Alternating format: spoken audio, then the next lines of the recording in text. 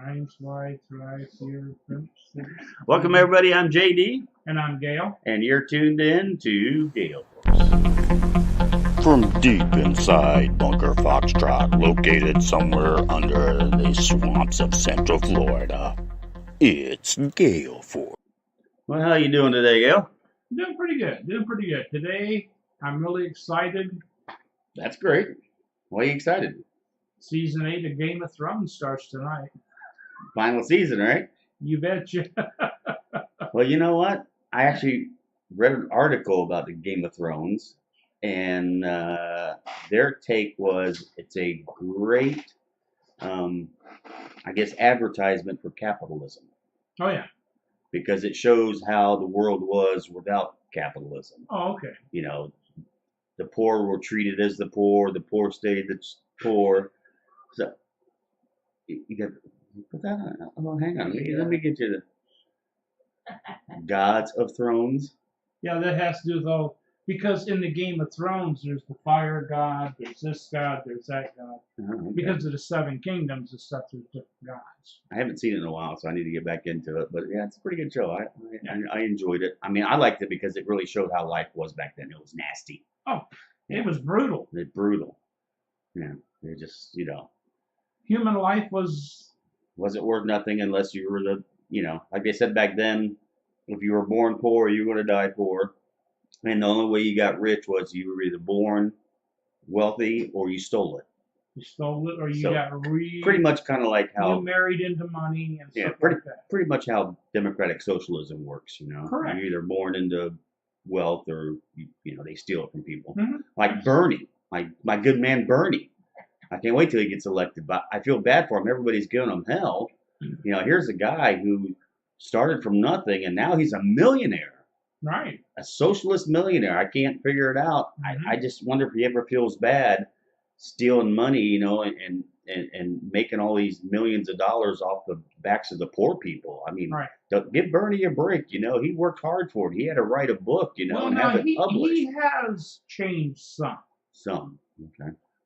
For the simple reason, he also is for the border, closing the border. Yeah. Yeah. Well, because he doesn't want those socialists coming to get his stuff. Yeah, to take his stuff. Yeah. But Bernie Sanders. And plus, they don't have nothing he can take. They don't offer nothing to him. So if he can't take it from him, Bernie Sanders is for the wall. That's the funny thing. Yeah. It's tough to be consistent. But. I like Bernie. He's a good guy, and I'm gonna hope he gets elected at least till I get my free TV. So welcome everybody. You're listening to Gail Force. Again, I'm JD. And I'm Gail. And you can catch us on a couple different platforms if I ever get to it. But you can catch us on BitTube under Gail Force. You can catch us on Facebook and Every Bit Matters, which we're working on the new page. It looks pretty good. And on YouTube, you can catch us on under Gail Force Creations. Mm-hmm. And Steam it if I ever decide to post to that. That's an alternative to Facebook. In case you guys get banned from Facebook, you can go to Steam it, which hopefully will come up one day. I think there's something called DTube and BitChute. DLive too, which a lot of people are moving to DLive. They're getting away from YouTube because YouTube, has to censor everybody because they got to be politically correct. Which we're not politically correct here. If you are offended, that's your problem. Oh, yeah, because we poke fun at everybody. You don't have to be Democrat, Socialist, Republican. We make fun of everybody. Matter of fact, I was having fun with one of my sons. Look, if you're ever having a bad day, just remember that the smartest woman who ever walked the earth was defeated by a Cheeto. Okay, so don't think. If you're having a bad day, just remember that the smartest woman got defeated by a Cheeto. Correct. So. That's the kind of stuff we do here. So we do have some news coming up. So should we get into the news and see what's happening throughout the day? Oh, you know what? Damn it, I forgot. Oh, let's go back here. Before we got into the news, I wanted to push something that eventually we're going to do. One of these days, we got a second channel started. If we ever get around to it, which we need to do pretty soon in case there is a collapse coming up. But we started a new YouTube channel. It's called Sneaky Preppers. Mm-hmm. There's not much on there right now, but there will be. But if you would just go there and give us a good like or subscribe, even though we don't have nothing up there. we're going to kind of show you to get ready for the collapse that's coming. But we're not in a big hurry because we think that the economic collapse has kind of been put off until after the election. Correct. So we think that's going to happen. So, all right. So what's in the news today? Well, I know one thing. Okay. Is Julian Assange. Oh, yes. Assange, or whatever his name Julian is. Assange, yeah. The leader, well, I don't know if he's a leader, but he's a member of WikiLeaks. He's one of the founders of WikiLeaks. They finally ripped him out of that embassy in London. Mm. I hear because he was skateboarding through the halls. He was on a Mm-hmm. skateboard, and he's a cat man, he had a cat. But he was held up in the embassy because, of course, he was indicted on a couple of charges that were eventually dropped or whatever. But now they're going to try to extradite him to the United States because he's a journalist. I mean, well, he's not really a journalist, but he used to do what journalists used to do. All right. Journalistic investigation. Yeah. And if you don't know who he is and you don't know who WikiLeaks is, they're a group of, I wouldn't say they're hackers. I mean, they might have hackers involved, but they have people that send them stuff. Yeah, there'd be like disgruntled employees like whistleblowers. Whistleblowers that didn't want to lose their pension and their job.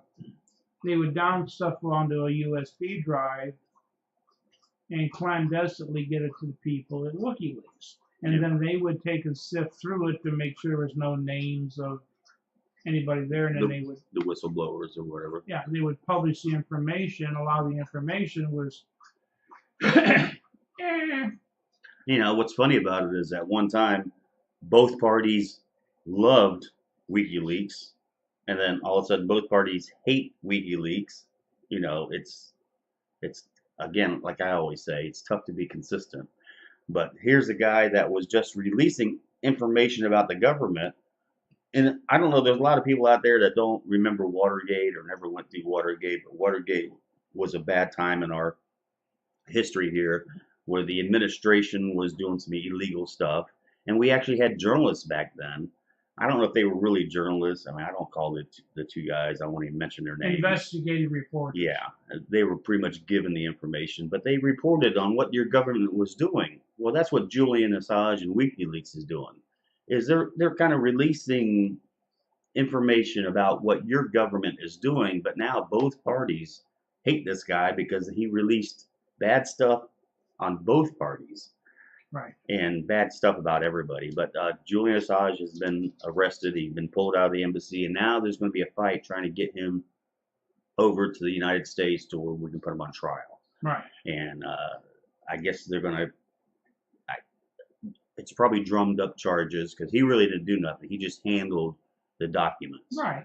So you know, it ought to be interesting, and both parties will be embarrassed by what this guy releases. But just recently, I just read this morning that WikiLeaks released a ton of files, but they're saying they really didn't release a bunch of files. They just released pretty much the what do you call it? The not appendix, but the index or whatever of stuff they had. They might have, but they table of contents. Table of contents. Yeah, they released, and it's a huge release. I mean, I was going through some of the documents, and if I can find the link again, I'll put it below here in the description.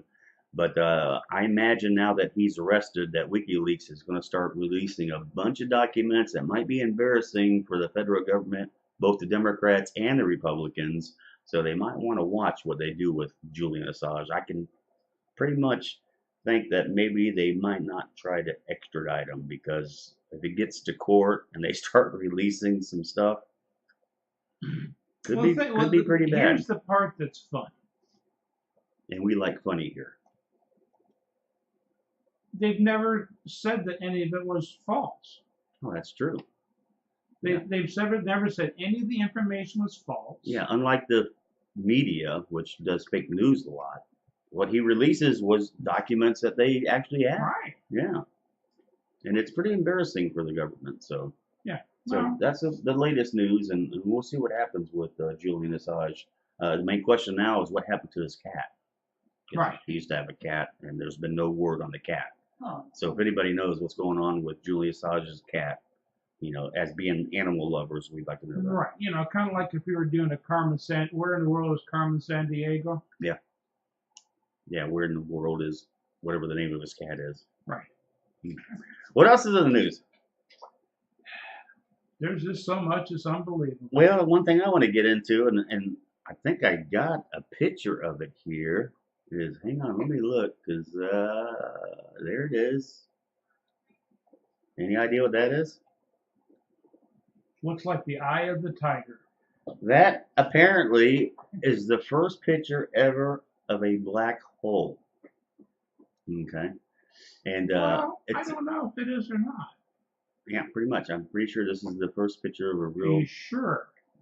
I That's what. thought somebody took a picture of the Federal Reserve. Oh no, we were going to name this Oh, the okay. Federal Reserve because yeah, they're trying to come up with a name for the picture of the first black hole, and I nominate the Federal Reserve because Oh, that's where real money goes and never comes out. Right. So they ought to call it the Fed, I think, Right. because the Fed All that comes out of the Federal Reserve is debt. is pretty much debt. Yeah, real stuff goes in, and only debt comes out. Right. So I mean, that's Yeah, well, that's right. You sucked into it and never that's to it. So escape. that's that. We're segueing into the Fed. I'd like to talk a little bit about the Fed because I read an interesting article, and yeah, let me see. I gotta let's go here to Fed one. This, everybody, and now we're going to talk about the Fed. And the Fed was created in 1913 by an act of Congress. In the Federal Reserve System, just so everybody is clear on this, the Federal Reserve System is neither federal, because it has nothing to do with the government, and neither is there a reserve. There's no money in the Federal Reserve. You think there's a big vault there where they keep all the money, but no, there's nothing in the Federal Reserve. But this, people, is a $10 note. And you really can't see it clear here, but we'll show it later. But back in the good old days, a $10 bill, you could go to any bank. Oh man, I just got rid of what I was going to look at. You could go to any bank and take that $10 note, right? And you could turn it in for $10 of gold. Redeemable in gold on demand at the United States Treasury. That's it. You could take this $10 note, and up here, I guess it doesn't show my thing here, but you could go to any bank and take that $10 bill, and they would have to give you $10 of gold. Back in the old days, the banks were required to carry at least 35% of their assets in gold on hand in case somebody brought in a $10 bill. Okay. Or a $20 bill or anything else. Or a $20 bill, yeah. So I just want to show you this black hole again here. But there's some interesting things that happened since the 1913 when the Feds came in. And like I said, you could march into any bank and you could hand the clerk a slip of paper illustrated, and they could give you a gold coin worth $10. Okay. Which would be half an ounce. Yeah, and the Federal Reserve banks were required to keep a 35% reserve of gold or lawful money on hand, lest they make the liar of the United States Treasury. Okay, in effect, a private citizen bound the banking system in golden handcuffs. In other words, the banks had to have gold on hand in case somebody brought one of these $10 bills in and wanted $10 in gold. Okay, well, interesting that after the 1913 Act, the $10 bill kind of changed a little bit. Here, let me go back and forth. See if you can see the difference. Okay, that's the one where you could get gold. Yeah, Okay? the other picture. I got another picture. It's coming up, don't worry. And then we have this picture, which they changed afterwards, okay? And it's almost identical. You can look at these two. $10 bills are almost identical, except for one thing. The inscription up there underneath the United, where it says the United States, there's the inscription now, back in 1928, read, redeemable in gold on demand at the United States Treasury or in gold or lawful money at any Federal Reserve Bank. Okay. So again, up there at the top there, it says redeemable in gold on demand at the United States Treasury or in gold or lawful money at any Federal Reserve Bank. Okay, and that was back in 1928.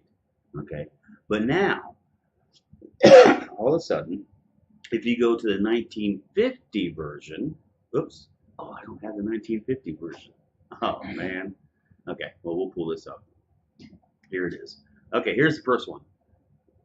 Back in 1913, it says redeemable in gold on demand, or at the United States Treasury, or in gold or lawful money at any Federal Reserve Bank. And then it changed to this note is legal tender for all debts, public and private, and it is redeemable in lawful money at the United States Treasury or at any Federal Reserve Bank. That's 1934. Yeah. Okay, now you get to 1950, and now it says what? This note is legal tender for all debts, public and private. It's kind of strange how it changed. Because in 1947, some guy was wondering what lawful money was. Because it says there in the middle one there, lawful money. Okay?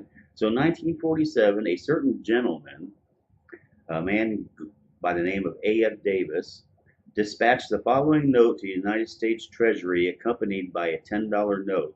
I'm sending you herewith via registered mail one $10 Federal Reserve note. On this note is inscribed the following.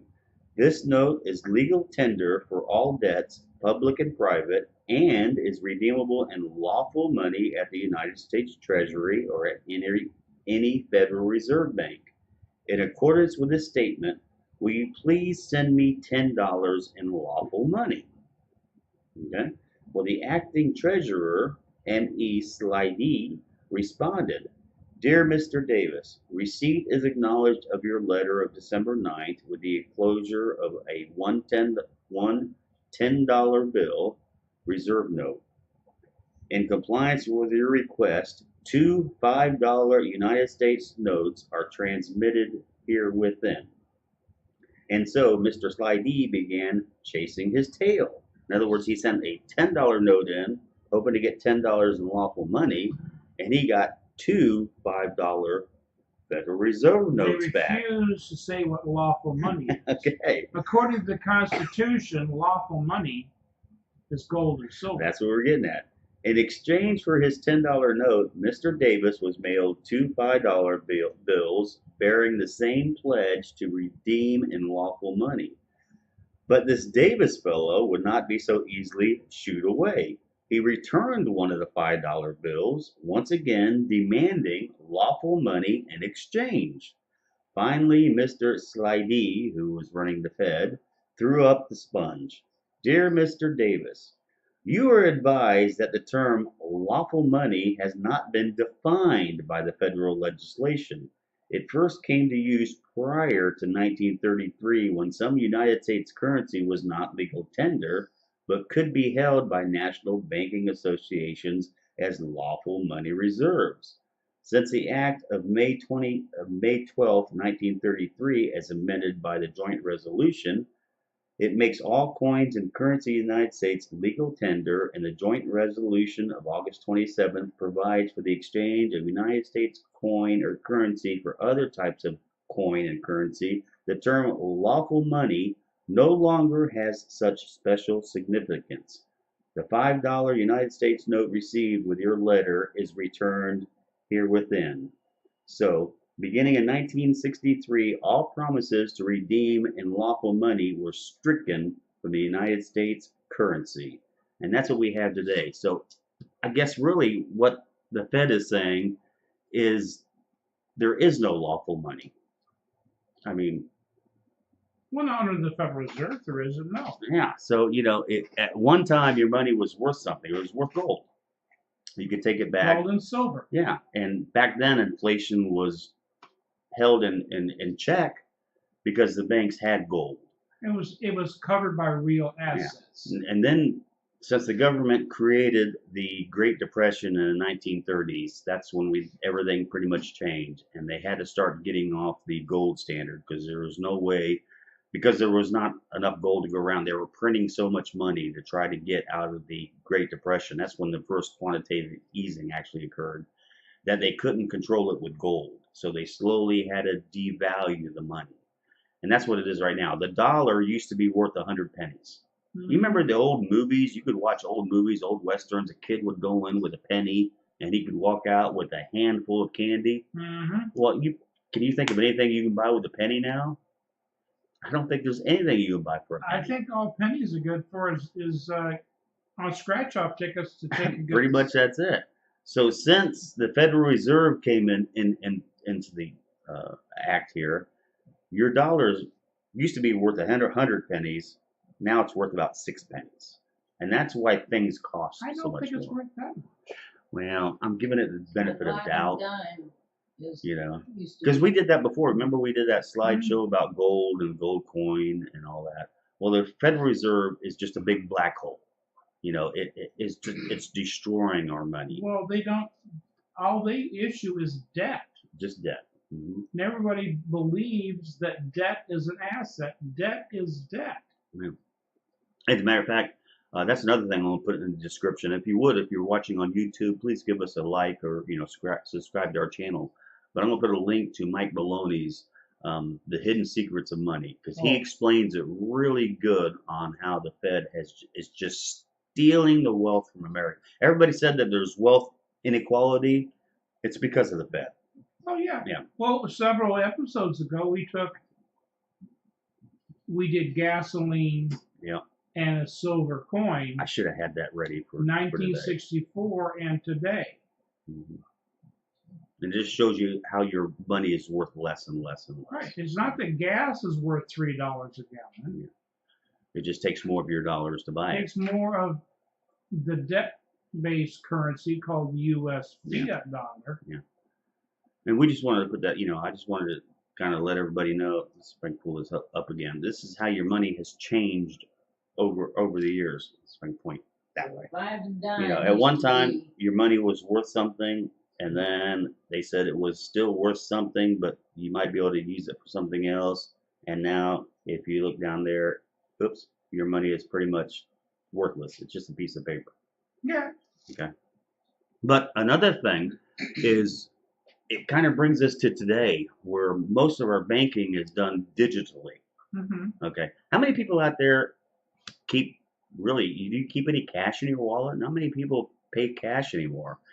As a matter of fact, I pretty much pay cash for everything. Matter of fact, when I go to a cashier or whatever, my first thing I say to them is, "You guys still accept cash?" And it gets a chuckle out of them.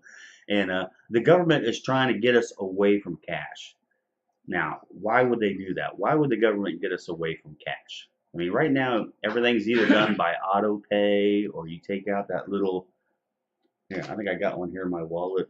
I try not to use very often, but, everybody has one of these cards here, and you go up to the gas station or whatever, and you slide it. Everything's pretty much digital. And I think it's weird because when crypto coins came out, everybody was saying, well, you don't want to go digital because, only the criminals would use it or whatever. But we're actually in a digital society. Everything we do is digital. Right. I mean, you pay all your bills, you probably go online, you type in your numbers, and it's digital, your bank account.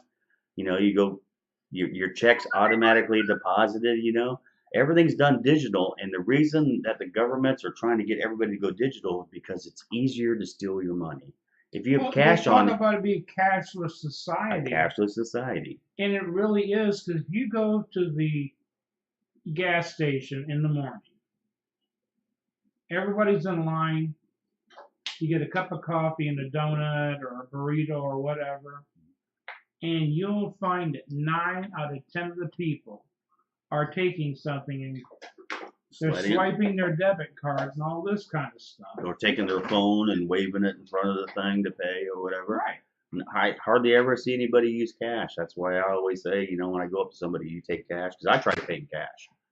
I mean, it's not that I'm paranoid. It's just that I like to know I have cash on hand, because what happens if electricity goes out or something like that, or your bank closes for the weekend? Like what happened with Wells Fargo. When we did that show on Wells Fargo was down for a couple of days. Nobody could use their cards, right. And people were freaking out. You know, so it's nice to have a little cash on, but the governments are trying to force everybody to go digital, and you know, it's scary because it's a way the government can close your account by just a flick of a switch. They can close your account, or they can do like they did in Cyprus and Greece. They close the bank over the weekend, and when the bank opens back up on Tuesday, You had a haircut. they call it a haircut. Right. Yeah. Uh-huh. You've lost a little bit of your money. It's kind of, and the kind of haircut they're talking about, it's like going to the boot camp in the military and they pin you down and they shave you right down to your skull. Well, what they're trying to do is get to what's called negative interest rates. It's a way for the governments to steal more of your money. The Fed has already stolen as much as they could. Okay. And now, you know, since cash is not really king anymore, they're trying to find another way to get your money. And another way is what's called negative interest Well, rates. negative interest rate is going to benefit the banks. Yeah. Well, because let's say your paycheck will be deposited in your account, and they're going to charge you interest 24 hours a day on anything you've got in your bank account. Yep. It's just another way of stealing more money. And what's funny is they're discourage you to use cash. Like if you go to your bank right now and try to withdraw $3,000, $4,000, $5,000, you're looked at as a criminal. I mean, you got to fill out paperwork or you get on a special list. You know, back in the old days, cash was king. You had to have cash. Everybody would rather have cash than a check because you never knew a check. Nowadays, it's like, no, if you have cash or if you try to deposit cash, I went and tried to deposit my rent check, and you cannot give a bank cash. There's no way. It's almost unless you have a business account, it's almost impossible to give bank cash because that's what all the criminals use. You know, they say people will use Bitcoin. You know, criminals don't care about Bitcoin. Criminals use that cold hard cash, $100 bill. Bitcoin, there's a ledger. It may not say who the person is, but it tells you exactly which digital wallet it came from and which digital wallet it went to. There is some kind of record. And the reason governments don't like it is they can't steal between point A and point B. Yeah. They can't steal. They can't go in there, and they can't close your account down unless they cut off electricity everywhere. You know, so government's a little afraid of Bitcoin, but they're also afraid of cash because, you know, cash is the way crooks love cash. So that's why they're, you know, trying to get rid of it. But when they go digital, it's easier for them to steal your money. It's easier for them to close their account. It's just, you know, you get tired of all of it, you know. When I was a kid, they had 5 and dime stores. That was coins. Now they're $5 and $10 stores. Yeah, there is no such thing as five.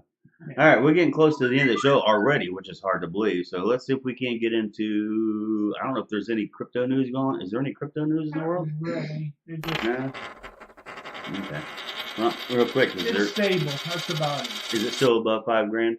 Yeah, Bitcoin's still above $5,000. Okay. You're going to have Ethereum's 164, Bitcoin Cash 279, and Litecoin. It went back up a little bit. It's at $78.73. Okay, so not a whole lot going on in the crypto world. It's a lot of sideways, stable movement. Well, we got a few minutes left. Is there anything you want to hit on? Well, one of the biggest things with going with the cash is digital society. They can track everything you do. They don't care about whether you're buying drugs. They don't care about prostitution. All they want is their cut. They got to have their cut. And it's easier if it's digital because they don't have to go tracking you down and try to break the door down in order to get your money out of your mattress. They can just go right into your account and take it, you know? Well, they can just set up an algorithm where an instantly a percentage of it goes to the bank. That's it. I mean, to the government, the IRS. Yeah. And the thing is you won't even have to file your income tax because. Oh, that's another thing that's in the news: the income tax. Congress is trying to make it. I don't know. I hate to use the term illegal because so much stuff is illegal. Right now, we're probably breaking 20 laws. You know, a couple state laws, a couple county laws. I'm sure we're breaking all kind of federal laws. But they Well, want to no, make it. because you identified as being a gay black woman, right? Yeah, I'm a gay black Muslim woman. Right. Yeah, because So we're not breaking too many federal. Yeah, that's true. But Congress wants to make it so that the IRS cannot offer free tax return service. In other words, right now you can go onto the IRS and do your taxes and do it for free. Okay, and Alexandria Cortez or whatever, she says it ought to be law that only the IRS does your taxes. Oh yeah, I'd love for the IRS to do my taxes. Matter of fact, I hate doing taxes because I hate telling anybody my financial. It's nobody's business where I get my money, where my money goes. But back in 1913, they passed a stupid law that says the government has the right to know exactly where all your money goes. So it's like it's their money first, and then I get what's ever left over.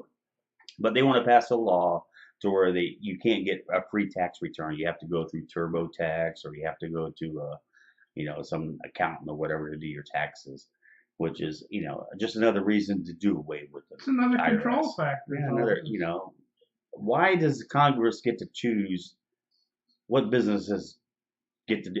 There ought to be, just like there's a separation of church and state. The church shouldn't be involved in what the government does.